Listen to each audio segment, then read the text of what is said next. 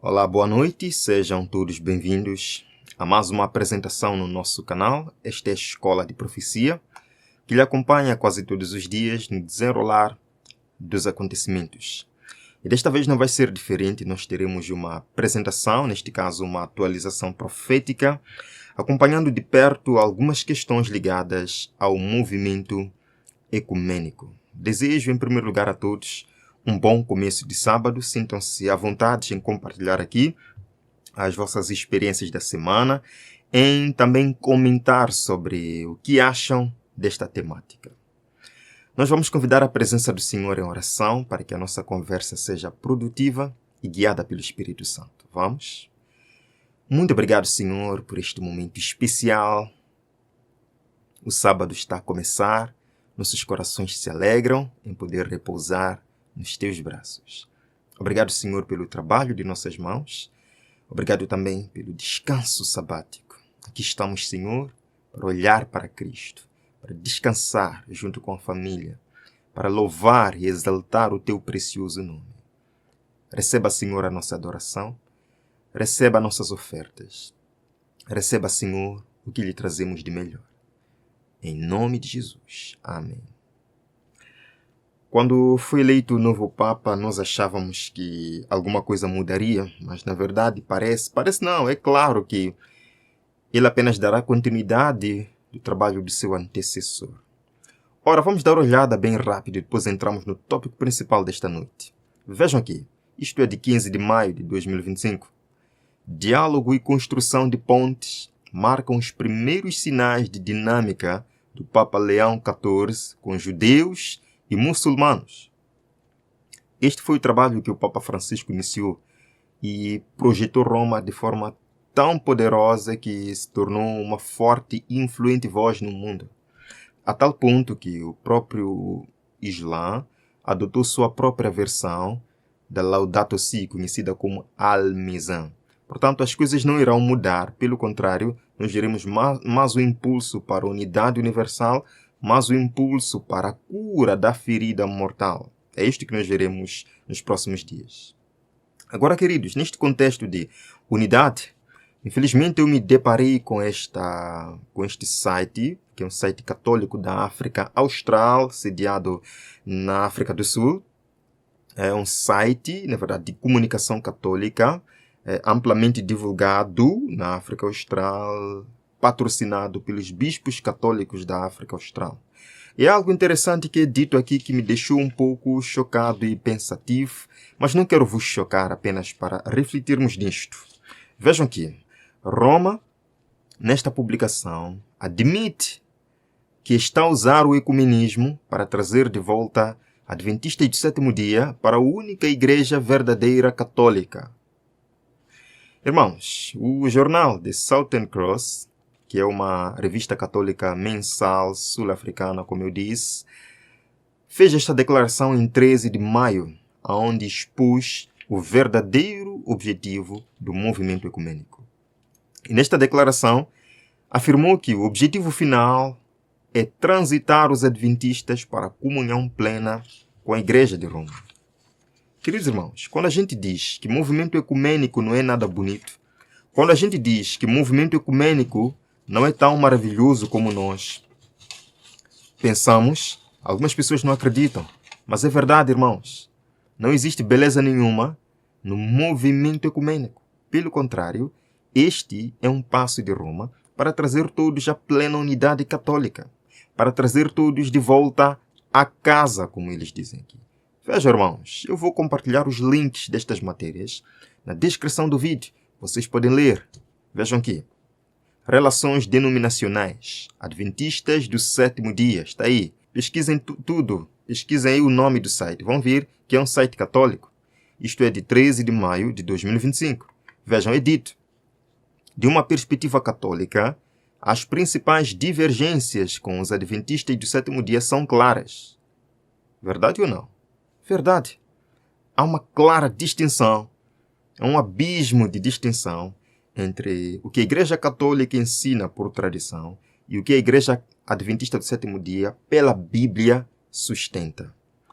Os Adventistas do sétimo dia observam o sábado que contrasta com a tradição católica de observar o dia do Senhor no domingo. Isto está claro, isto está muito claro. Afinal de contas, a Igreja Católica reconhece que domingo é uma tradição que não se encontra na Bíblia.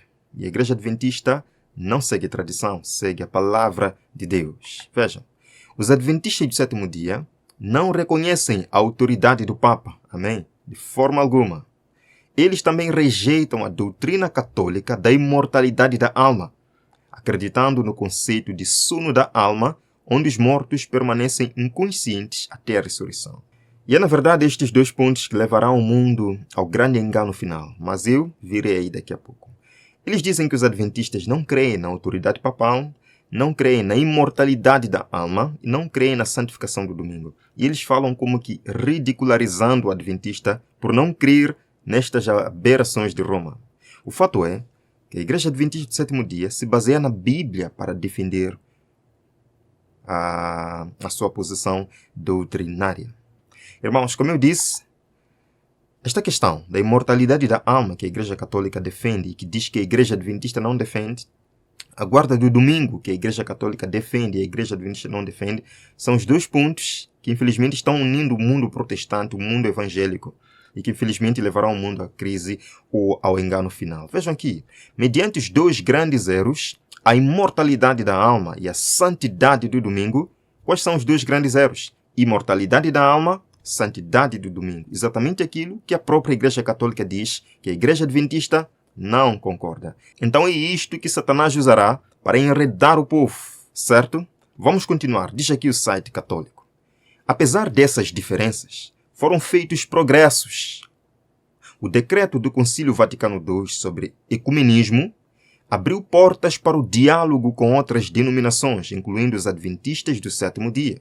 Irmãos, o fato mais chocante é que não é só o site católico quem diz isto, mas veremos daqui a pouco como até líderes adventistas reconhecem este fato. E antes que os irmãos saiam do vídeo tentando ou achando que eu estou aqui para denigrir, pelo contrário, estou aqui para mostrar-vos qual deve ser o ideal de nós como um povo adventista. Vamos continuar. Estes esforços, diz a Igreja Católica, refletem o nosso compromisso partilhado com a unidade e a cura de divisões centenárias. Como católicos, estamos comprometidos em reunir cristãos e restaurar a comunhão plena dentro da única Igreja verdadeira, guiada pelo Espírito Santo para curar as feridas de divisões centenárias. O que disse o site católico? Que é um esforço agora, após o Concílio Vaticano II, para unir diferentes denominações cristãs e restaurar a comunhão plena dentro da única Igreja verdadeira, Igreja Católica Romana. Uma declaração chocante. Está aqui a própria Igreja Católica afirmando que o objetivo do movimento ecumênico é buscar unir diferentes denominações, inclusive ou incluindo a Igreja Adventista do sétimo dia, é para trazer todo mundo à plena unidade católica. Isto nos diz alguma coisa? Infelizmente, há algumas pessoas que buscam nos fazer acreditar que o ecumenismo é algo maravilhoso, vem para promover liberdade religiosa, o objetivo aqui não é nos unirmos para adorarmos Roma, o objetivo aqui é demonstrarmos nossa doutrina nesses concílios ecumênicos. Deixe-me vos dizer uma coisa, irmãos, isto não é bem verdade. De acordo com o papado, com aquilo que vos mostrarei ainda nesta apresentação, o objetivo do movimento ecumênico é levar todo mundo de volta para Roma. Lembram-se de Ganone Diop, a quem nutro muito respeito. Ele é um líder adventista e tem participado muito em eventos ecumênicos, buscando unir a igreja com o movimento ecumênico.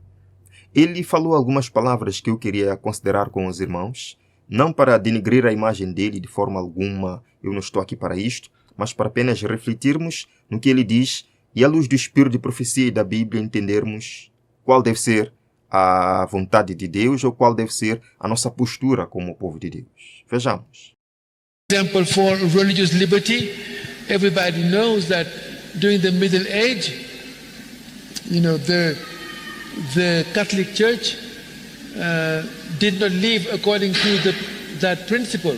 Por exemplo, para a liberdade religiosa, durante a Idade Média, você sabe que a Igreja Católica vivia de acordo com este princípio. But to be fair to the Catholic, it changed in 1965. When they have the Second Vatican Council. Mas para ser justo com os católicos, isso mudou em 1965, quando eles tiveram o Concílio Vaticano II. Because they made a declaration for religious liberty, Pois eles fizeram uma declaração sobre liberdade religiosa. So this is why we cannot slander Catholics just to say, oh no, they are against. É por isso que não podemos caluniar os católicos apenas para dizer não, eles são contra. Yeah, historically, because of the Inquisition and so forth, it was terrible, and the Catholics were not a model. Sim, historicamente, por causa da Inquisição e assim por diante, foi terrível, e os católicos não eram um modelo. But that changed in 1965 with the document Dignitatis Humanae, for example. Isso mudou em 1965 com o documento Dignitatis Humanae. A beautiful text, by the way, on religious freedom. Um lindo texto sobre liberdade religiosa. So, in other words, Adventists have to be educated also in what is happening in the world, so that we will not slander people, not knowing their contribution. Em outras palavras, adventistas também devem ser educados sobre o que está acontecendo no mundo, para que não caluniem as pessoas não sabendo sua contribuição. Bem, eu espero que os irmãos tenham entendido o que ele falou. Ele primeiro mostra como a Igreja Católica ao longo dos tempos agiu mal. Sim, agiu mal, não respeitava a liberdade religiosa, não respeitava a liberdade de consciência. Ele diz que as coisas mudaram. Em 1965 as coisas mudaram, quando houve um documento sobre liberdade religiosa, e as coisas agora mudaram. E precisamos nos unir, precisamos estar juntos. Os adventistas também devem ser educados sobre como as coisas estão acontecendo agora, quando se trata de unificação ou liberdade religiosa.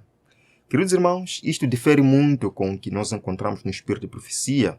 Por exemplo, no livro Grande Conflito, página 588, o irmão White escreve que a Igreja Papal nunca abandonará a sua pretensão à infalibilidade. Tudo o que tem feito em perseguição dos que lhe rejeitam os dogmas, considera ela estar direito, e não repetiria os mesmos atos se a oportunidade se lhe apresentasse.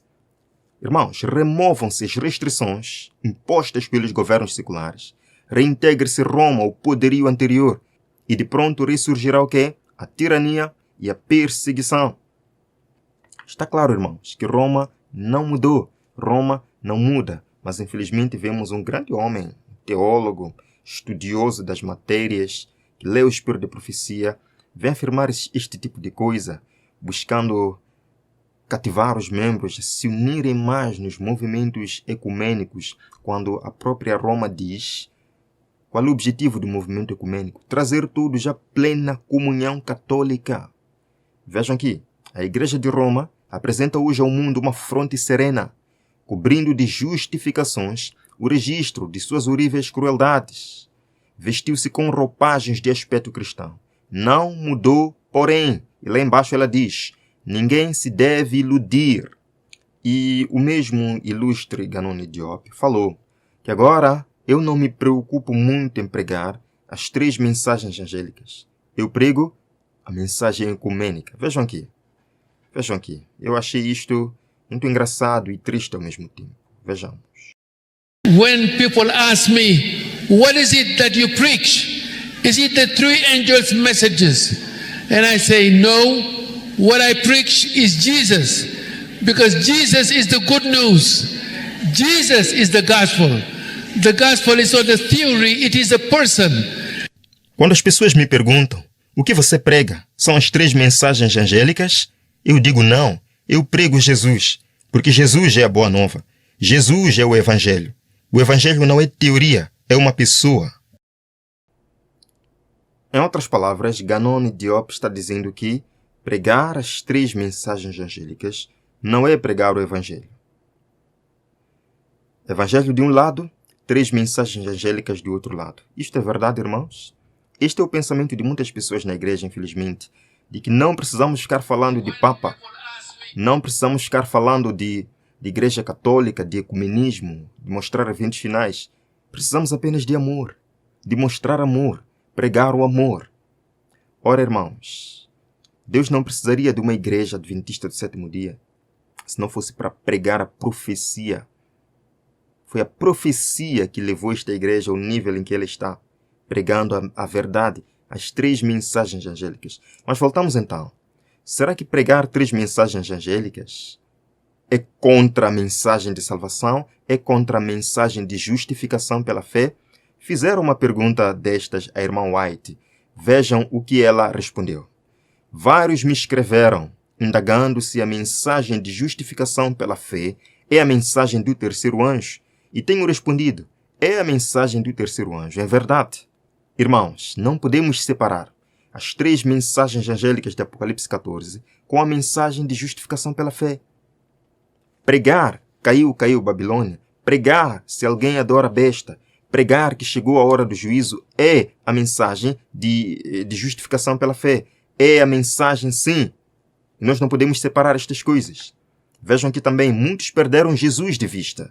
Deviam ter tido olhar fixo em sua divina pessoa, em seus méritos e em seu imutável amor pela família humana. E ela diz, esta é a mensagem que Deus manda proclamar ao mundo. Que mensagem? De que muitos perderam Jesus de vista. E ela diz, é a 3ª mensagem angélica que deve ser proclamada com alto clamor. Portanto, irmãos, vamos esquecer isto. Vamos deixar de lado este pensamento de que as 3 mensagens angélicas são contra a graça, são contra a justificação pela fé. É a mensagem de justificação pela fé. Sim. Queridos irmãos, está claro que o objetivo do movimento ecumênico é derrubar o protestantismo, é derrubar, acima de tudo, o movimento remanescente, a Igreja Adventista do 7º dia, quebrar, destruí-la. Está claro nesta publicação católica da África Austral, está muito claro. Agora vejam aqui, eu vou colocar os links na descrição, para que os irmãos tenham uma ideia maior sobre os planos de Roma com o movimento ecumênico, que muitos no nosso meio dizem que isto é maravilhoso e precisamos nos unir. Vejam aqui. Entre os protestantes e ortodoxos, a autoridade do Papa acabou por prevalecer. Vem aí deste site católico também. Eles dizem aí no subtítulo, enquanto os fiéis católicos, protestantes e ortodoxos rezavam esta semana pela unidade dos cristãos, esse senhor, Jean-François, esclarece como o papel do Papa evoluiu dentro deste diálogo ecumênico, à medida que a sua legitimidade específica foi gradualmente reconhecida. Em outras palavras, o movimento ecumênico está levando ao reconhecimento entre protestantes ortodoxos à autoridade papal. Vejam aqui, vou colocar o link na descrição. Rumo ao novo ecumenismo. Isto vem da Crisis Magazine, que também é um jornal, uma revista católica. É dito, da mesma forma, os bispos devem cultivar especialistas em teologia versados na doutrina protestante. Esses especialistas devem realizar conferências, discursos e debates respeitosos com ministros protestantes, prevendo que tais encontros em breve levarão ao quê? A comunhão católica. Perceberam o que significa novo ecumenismo de acordo com a visão católica? Eles querem usar bispos católicos se envolvendo com ministros protestantes, ensinando suas doutrinas aos ministros protestantes, tendo debates e encontros com ministros protestantes. Mas o objetivo qual é? Levar a plena comunhão católica. Vejam, além disso, os bispos devem celebrar frequentemente a Santa Missa em prol da unidade, convidando protestantes importantes para essas celebrações, para que possam ser expostos aos mistérios salvíficos iluminados pela doutrina pura. Doutrina pura? Vejam. A próxima comemoração de Niceia oferece uma oportunidade excepcional para começar a remediar as fraturas que enfraqueceram gravemente nossa religião divina. Estão dizendo que a comemoração do Concílio de Nicéia este ano é um momento de cura da ferida que enfraqueceu a religião católica. Eles dizem que a unidade cristã só pode ser a unidade católica. E não para por aqui. No ano passado, o site católico postou o seguinte título: Por que devemos evangelizar nossos amigos protestantes? Ora, enquanto os protestantes vão lá, achando que é maravilhoso, é para a unidade, é para a liberdade religiosa, Roma não está lá para a unidade, não. É para evangelizar os amigos protestantes. Vejam aqui. Quando me perguntaram por que passo tanto tempo evangelizando protestantes, geralmente respondo fazendo algumas perguntas. Primeiro, pergunto ao meu interlocutor católico: Jesus fundou uma igreja? Todas as respostas que recebi foram: sim, Jesus fundou uma igreja. Vejam aqui. Depois pergunto: a igreja católica é a igreja que Jesus fundou? Todas as vezes, novamente, dos católicos, a resposta é sim. Ao que eu respondo: bem, você não acha que Jesus quer, escutem bem, você não acha que Jesus quer que batistas, evangélicos, luteranos, não denominacionais e todos os protestantes se juntem a nós em sua igreja? Aqui está o resumo. O porquê do movimento ecumênico, o porquê do Papa Francisco, falecido, ter investido muito do seu tempo em conversas ecumênicas, porque o objetivo é que todos venham para a Igreja Católica. É dito, é por isso que passo tanto tempo evangelizando protestantes, porque acredito que Deus quer que todos sejam católicos. Mas o que nós ainda não percebemos ou estamos ignorando é que neste processo de unidade, embora o papado apareça para abraçar os protestantes e outras denominações, Roma diz que essas denominações não valem nada, não são nada. A única verdadeira igreja, doutrina pura, é a Igreja de Roma. Vejam aqui, o Papa diz: outras denominações não são igrejas verdadeiras. O Papa diz: outras denominações cristãs não são igrejas verdadeiras. E ainda mais, tudo ficou claro quando um bispo americano saiu e disse que em breve o maior triunfo da igreja será visto, quando todo mundo vai se tornar católico. Este é o objetivo do papado. Este é o objetivo de Roma. Este é o objetivo do movimento ecumênico. Não nos deixemos enganar. Vejam aqui. Something new is coming. The greatest triumph of the church in all of world history is coming. Algo novo está vindo. O maior triunfo da igreja sobre toda a história do mundo está vindo. When the whole world will become Catholic, the entire world. Quando o mundo inteiro vai se tornar católico, o mundo inteiro. Meus amados irmãos, estas palavras são muito significativas. Ora, nós lemos no Grande Conflito, são de grande alcance os planos e os modos de operar da Igreja de Roma. Ela emprega todo o expediente para estender a influência, aumentar o quê? O poderio.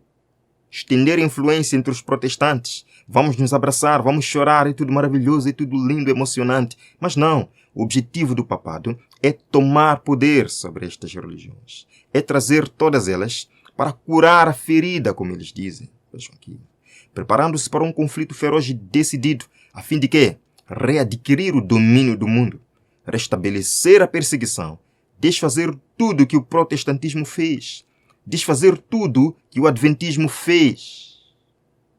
Irmãos, existem realmente dois ecumenismos. Agora, o primeiro ecumenismo é este falso que nós estamos vendo, que infelizmente multidões estão sendo convidadas para o engano, para as aberrações doutrinárias. E Deus convida os seus filhos fiéis a saírem de Babilônia, a saírem e a deixarem este ecumenismo. Apocalipse 18, verso 4. Então ouvi outra voz dos céus que dizia: saiam dela, vocês, povo meu, para que vocês não participem dos seus pecados, para que as pragas que vão cair sobre ela não os atinjam. Então, Deus não está convidando as pessoas para se unirem em ecumenismo. Não.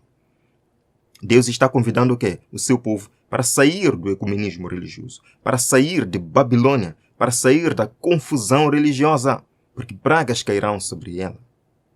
O verdadeiro ecumenismo é aquele que o próprio Jesus está fazendo no sentido de convidar os seus filhos fiéis para Ele, para a verdade. Pois, de acordo com Jesus, em João 8,32, conhecereis a verdade vos libertará. João capítulo 10, começando do verso 11, nós vemos aqui o ecumenismo bíblico, o ecumenismo de Jesus, o único ecumenismo seguro. Verso 11, eu sou o bom pastor. O bom pastor dá a sua vida pelas ovelhas. O assalariado não é o pastor a quem as ovelhas pertencem. Assim, quando vê que o lobo vem, abandona as ovelhas e foge. Então o lobo ataca o rebanho e o dispersa. Ele foge porque é assalariado e não se importa com as ovelhas. Verso 14. Eu sou o bom pastor, conheço as minhas ovelhas e elas me conhecem. Assim como o Pai me conhece, eu conheço o Pai e dou a minha vida pelas ovelhas. No verso 16, Jesus diz, tenho outras ovelhas que não são deste aprisco. Jesus tem outras ovelhas. E ele convida em Apocalipse 18:4. Sai dela, povo meu. Sai dela, povo meu. Minhas ovelhas, escutem o clamor. Escutem a verdade. Saiam de Babilônia. Jesus diz, tenho outras ovelhas que não são deste aprisco. É necessário que eu as conduza também.